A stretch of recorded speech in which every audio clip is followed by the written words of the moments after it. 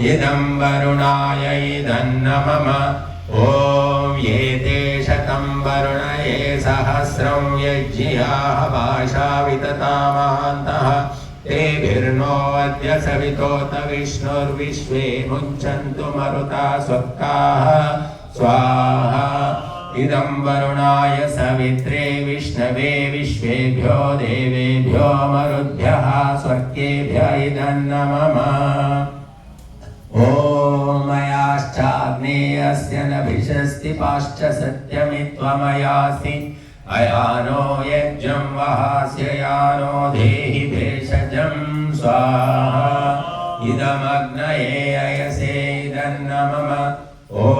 बुधुत्तमं वरुणपाशमस्मदवाधमं विमध्यमं श्रद्धाय अधावयमादित्यव्रते तवानागसोदितये स्याम स्वाहा इदं वरुणायादित्यायादितये चैदन्न मम ॐ भवतन्नः समनसौ सचेतसा वरेपसो मा यज्ञं हिंसिष्टं मा यज्ञपतिं जातवेदसौ शिवो भवतमद्य नः स्वाहा इदं जातवेदोऽभ्यामिदन्न मम